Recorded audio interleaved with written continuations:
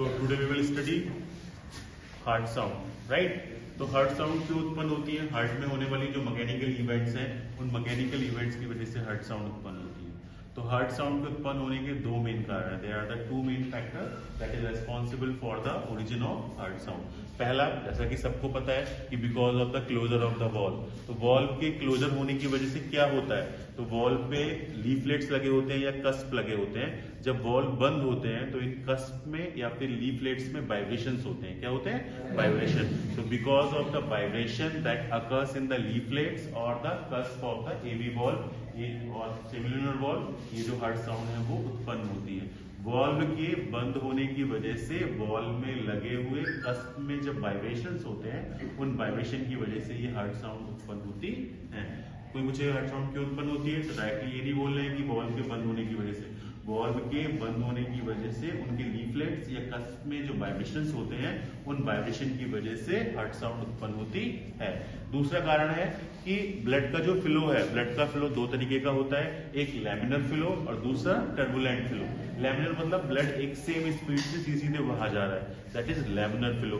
Turbulence का मतलब laminar disturb हो गया। तो लैमिनर कब डिस्टर्ब होगा? जब रास्ता छोटा हो गया, अचानक से बड़ा हो गया, प्रेशर चेंज हो गया या और किसी वजह से जो लैमिनर से फ्लो बह रहा था, एक स्पीड से बह रहा था सीधा, वो जब चेंज होगा तो उसे टर्बुलेंस फ्लो कहते हैं। तो जैसा मैंने पहले पढ़ाया था कार्डियक साइकिल में कि एट्रियम से ब्लड जब वेंट्रिकल की ओर रश के साथ बहुत स्पीड से आता है तो थर्ड हार्ट साउंड उत्पन्न होती है। तो that is because of the turbulency of the blood. तो हार्ट साउंड उत्पन्न होने के दो मेन कारण हैं। पहला कि because of the vibrations in the leaflets और the cusp of the valve, AV valve हो सकता है और सेमिलुनर वॉल्व हो सकता है। दूसरा, turbulence of the blood. Turbulence of the blood कि जब ब्लड एट्रियम से वेंट्रिकल की ओर रश के साथ बहुत तेजी से जाएगा तो that is turbulency of the blood. तो हार्ट साउंड चार होती है, first heart sound, second heart sound, third heart sound and fourth heart sound. तो जो फर्स्ट और सेकंड है उसको आप स्टेथोस्कोप की सहायता से सुन सकते हो, that is Audible with the help of stethoscope. Third को कभी कभार सुन सकते हो और फोर्थ तो स्टेथोस्कोप से नहीं सुन सकते, इसलिए उसके लिए एक इंस्ट्रूमेंट चाहिए, that instrument is known as phonocardiogram. Simple, समझ आया? तो पहली और दूसरी उसको स्टेथोस्कोप से इजीली सुन सकते हैं, थर्ड को कभी कभार सुन सकते हैं। कभी कभार कब सुनेंगे वो जब मैं पढ़ाऊंगा तब बताऊंगा। और फोर्थ थर्ड साउंड को कब सुन सकते हैं? फोनोकार्डियोग्राम एक इंस्ट्रूमेंट है, उस इंस्ट्रूमेंट की सहायता से सुन सकते हैं। तो अब हम पढ़ेंगे फर्स्ट हार्ट साउंड। तो पहली हार्ट साउंड, तो नाम ही है इसका फर्स्ट हार्ट साउंड। तो फर्स्ट हार्ट साउंड का ये कार्डियक साइकिल से क्या रिलेशन है? अभी तक इससे पहले हमने कार्डियक साइकिल पढ़ा था। तो first heart sound cardiac cycle के किस फेज में उत्पन्न होती है? तो उस फेज का नाम है आइसोवॉल्यूमेट्रिक कॉन्ट्रैक्शन। तो कार्डियक साइकिल के आइसोवॉल्यूमेट्रिक कॉन्ट्रैक्शन में फर्स्ट हार्ट साउंड उत्पन्न होती है। ठीक है, रटना नहीं है। पहला पॉइंट, कब उत्पन्न हुई कार्डियक साइकिल में? आइसोवॉल्यूमेट्रिक कॉन्ट्रैक्शन में। दूसरा पॉइंट कि क्यों उत्पन्न हुई? तो ये एवी वॉल्व के बंद होने की वजह से उत्पन्न होती है। किसकी वजह से? एवी वॉल्व के बंद होने की वजह से उत्पन्न होती है। तो एवी वॉल्व तो दो होते हैं सर, एक राइट में और दूसरा लेफ्ट में। तो जो राइट वाला है उसके बंद होने की वजह से भी उत्पन्न होगी और लेफ्ट वाला है उसके बंद होने की वजह से भी उत्पन्न होगी।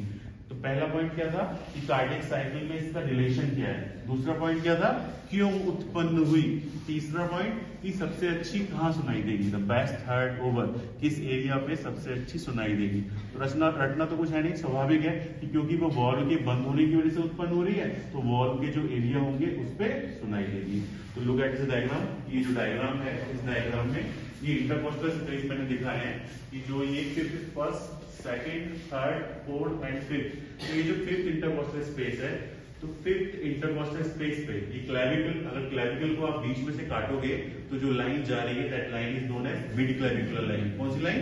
Mid clavicular line. तो फिफ्थ इंटरकोस्टल स्पेस था ये लाइन सीधी, इसको आपने मिड क्लैविकुलर लाइन से काट दिया। तो इस पॉइंट पे this is the position of mitral valve. तो क्या याद रखना है कि मिट्रल वॉल्व की पोजीशन कहाँ है? फिफ्थ इंटरकोस्टल स्पेस पे मिड क्लैविकुलर लाइन, राइट। दूसरा आया ट्राइकस्पिड वॉल्व। तो ट्राइकस्पिड वॉल्व की पोजीशन क्या है? 1, 2, 3 एंड 4। फोर्थ इंटरकोस्टल स्पेस पे स्टर्नम के लेफ्ट बॉर्डर पे। फोर्थ इंटरकोस्टल स्पेस पे स्टर्नम के लेफ्ट बॉर्डर पे। ये किसकी पोजीशन है? ट्राइकस्पिड वॉल्व की। तो तो दो पोजीशन याद रखनी है, एक फिफ्थ इंटरकॉस्टल स्पेस पे मिड क्लैविकुलर लाइन पे किसकी पोजीशन थी, मिट्रल वॉल की, और फोर्थ इंटरकॉस्टल स्पेस पे स्टर्नम के लेफ्ट बॉर्डर पे किसकी पोजीशन थी, ट्राइकस्पिड वॉल पे। तो इन दो पोजीशंस पे फर्स्ट हर्ट साउंड बहुत ज्यादा क्लियर सुनाई देगी as compare to other places. Other place पे भी सुनाई देगी लेकिन बेस्ट हर्ट इन दो जगह पे सुनाई देगी। ठीक है, तो पहला पॉइंट जो हमने पढ़ा कि कार्डियक साइकिल से इसका रिलेशन क्या था, दूसरा पॉइंट हमने पढ़ा कि ये क्यों उत्पन्न हुई, तीसरा पॉइंट हमने पढ़ा कि ये कहाँ पे सबसे अच्छी सुनाई देती है, चौथा पॉइंट पढ़ेंगे कि इसका ड्यूरेशन क्या है, ये कब सुनाई देगी। तो पॉइंट 9 से 16 याद रखना है, 9 to 16, तो 0.09 to 0.16 सेकेंड, 0.09 to 0.16 सेकेंड। ठीक है, उसके बाद हमें याद रखना है कि ईसीजी से इसका क्या रिलेशन है। तो जैसा कि आइसो वॉल्यूमेट्रिक कॉन्ट्रैक्शन में आर वेव का लेटर हाफ कोइंसाइड्स कर रहा था, तो ईसीजी की आर वेव इसके साथ ही उत्पन्न होती है। तो 4 पॉइंट, कार्डियक साइकिल से क्या रिलेशन है, क्यों उत्पन्न हुई, कहाँ उत्पन्न हुई, कहाँ पे सबसे अच्छी सुनाई दी जाएगी, इसका ड्यूरेशन क्या है, और ईसीजी की कौन सी वेव के साथ ये कोइंसाइड करती है। अब साउंड की बात कर ली तो साउंड का नेचर क्या है भाई, तो साउंड का नेचर कैसा है, long, soft and low pitch. Long मतलब लंबी सी, सॉफ्ट और लो पिच। तो कैसे प्रोनाउंस करेंगे, लब। तो जो बी है वो बी डबल बी है, तो लब, लब मतलब लंबा सा lub, long, soft and low pitch resembles the letter lub. ठीक है, ये पॉइंट हमने पढ़ लिए। पहला कि कार्डियक साइकिल से इसका क्या रिलेशन है, क्यों उत्पन्न हुई, कहाँ पे सबसे अच्छी सुनाई दी जा सकती है, ठीक है, इसका ड्यूरेशन कितना है, इसका नेचर कैसा है, और ईसीजी की कौन सी वेव के साथ ये कोइंसाइड करती है। ठीक है, अब अगला पॉइंट आया कि अप्लाइड फिजियोलॉजी। अप्लाइड फिजियोलॉजी का मतलब क्या है कि फिजियोलॉजिकली इसमें कुछ नया है, इसके वेरिएशंस हैं कुछ, तो हाँ जी वेरिएशन होते हैं। एक पहला वेरिएशन है रीडुप्लीकेशन ऑफ साउंड। क्या शब्द है, रीडुप्लीकेशन ऑफ साउंड का मतलब कि साउंड डबल डबल आ रही है। तो ये साउंड नेचुरल सी बात है, रटना नहीं था, सिर्फ समझ के पढ़ना है कि दो बॉल थे, एक बॉल पहले बंद हो गया, दूसरा बॉल बाद में बंद हुआ, तो इसके बंद होने की वजह से भी वही आवाज आएगी और इसके बंद होने की वजह से भी वही आवाज आएगी। तो जब दोनों बॉल एक साथ बंद नहीं हो रहे होंगे, दोनों मतलब ए बी बॉल एक साथ बंद होने चाहिए, लेकिन जब दोनों बॉल एक साथ बंद नहीं हो रहे होंगे तो क्या होगा, साउंड का रीडुप्लीकेशन होगा। What is known as reduplication of sound. तो जो रीडुप्लीकेशन ऑफ साउंड है उसमें के कुछ कारण हो सकते हैं, फिजियोलॉजिकली मिलता है और पैथोलॉजिकली मिलता है। तो फिजियोलॉजिकली ऐसा होगा, किसी स्वस्थ व्यक्ति है और उसके दोनों बॉल एक साथ बंद नहीं हो रहे हो, ना जी, कभी कभार होता है, 100 में से एक में, नहीं तो वो भी नहीं होता। तो that is a very rare condition जब reduplication of sound physiological healthy individual में मिले।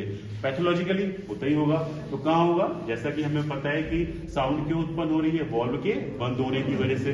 तो जैसे बारिश के सीजन में दरवाजे अकड़ जाते हैं, आवाज कैसी लंबी सी करते हैं, तो ऐसे ही अगर वॉल्व अकड़ जाए, सिकुड़ जाए, तो वॉल्व की जो ओपनिंग है वो छोटी हो जाए, तो उस अवस्था को बोलेंगे स्टीनोसिस। क्या बोलेंगे, स्टीनोसिस। तो एक बीमारी है mitral valve stenosis, mitral valve stenosis. तो जब मिट्रल वॉल्व स्टीनोसिस होगी तो क्या होगा, रीडुप्लीकेशन ऑफ साउंड मिलेगा। एक दूसरी बीमारी है, दो एट्रियम है, ये राइट एट्रियम है और ये लेफ्ट एट्रियम है, इनके बीच में जो दीवार है उस दीवार का नाम है सेप्टम, इंटर एट्रियल सेप्टम। क्या नाम है, इंटर एट्रियल सेप्टम। तो अगर इंटर एट्रियल सेप्टम में कोई बीमारी है, किसमें बीमारी है, इंटर एट्रियल सेप्टम में कोई डिफेक्ट है, तो भी ये साउंड जो है वो रीडुप्लीकेट हो जाएगी। तो अप्लाइड फिजियोलॉजी में पहला शब्द जो हमें याद रखना है, रीडुप्लीकेशन ऑफ साउंड। क्या शब्द याद रखना है, रीडुप्लीकेशन ऑफ साउंड।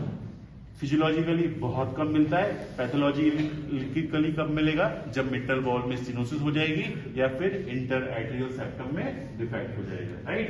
दूसरा शब्द याद रखना है, लाउडनेस ऑफ साउंड। तो जैसा कि हम पढ़ चुके हैं कि साउंड लंबी सी है, सॉफ्ट है, लो पिच है, लेकिन अचानक से ये लाउड हो जाती है। तो लाउड कितनी हो जाएगी, नॉर्मली जो प्रोनाउंसिएशन है वो कैसा है, लब, लेकिन लब अचानक से कोई करने लगे तो उसकी जो साउंड है वो कैसी हो जाएगी, लाउड। तो वो कब मिलेगा, वो मिलेगा मिट्रल वॉल्व स्टीनोसिस में, मिट्रल वॉल्व स्टीनोसिस। और एक बीमारी है एक्यूट रिमेटिक फीवर, इसमें गला खराब होगा सबसे पहले, एक्यूट रिमेटिक फीवर। तो एक्यूट रिमेटिक फीवर की वजह से भी हार्ट वॉल जो है वो स्टीनोस हो जाते हैं और उसके केस में जो ये फर्स्ट हार्ट साउंड है वो लाउड हो जाती है। तो तो अप्लाइड फिजियोलॉजी में 2 पॉइंट याद रखने हैं, एक रिडुप्लीकेशन ऑफ साउंड, दूसरा लाउडनेस ऑफ साउंड। ठीक है, तो ये जो साउंड है वो साउंड रटना कुछ नहीं था, पहला कार्डियक साइकिल में कब उत्पन्न हुई, दूसरा पॉइंट कि क्यों उत्पन्न हुई, तीसरा पॉइंट कहां पे अच्छा सुन सकते हैं, चौथा पॉइंट इसका ड्यूरेशन क्या है, पांचवा पॉइंट ये साउंड है तो इसका नेचर क्या है, छठा पॉइंट इसी चीज की कौन सी वेव्स के साथ कोइंसाइड करती है, और सातवां point applied physiology. Applied physiology में भी 2 बातें याद रखनी है, एक रिडुप्लीकेशन और दूसरा लाउडनेस। रिडुप्लीकेशन में फिर से 2 बातें याद रखनी है, क्या फिजियोलॉजिकली ऐसा देखने को मिलता है, नहीं जी नहीं, कभी कभार मिलता है। पैथोलॉजिकली कब मिलता है, जब वॉल में स्टेनोसिस हो जाएगी, that is mitral valve stenosis, या फिर एट्रियल के सेप्टम में कोई डिफेक्ट हो जाएगा। लाउडनेस ऑफ द साउंड कब देखने को मिलेगी, लाउडनेस ऑफ द साउंड तब देखने को मिलेगी जब वॉल्व स्टेनोसिस हो जाए, या फिर एक बीमारी है एक्यूट रूमेटिक फीवर, उसके केस में जो साउंड है वो बहुत तेज हो जाएगी। ठीक है, फाइन, समझ आया?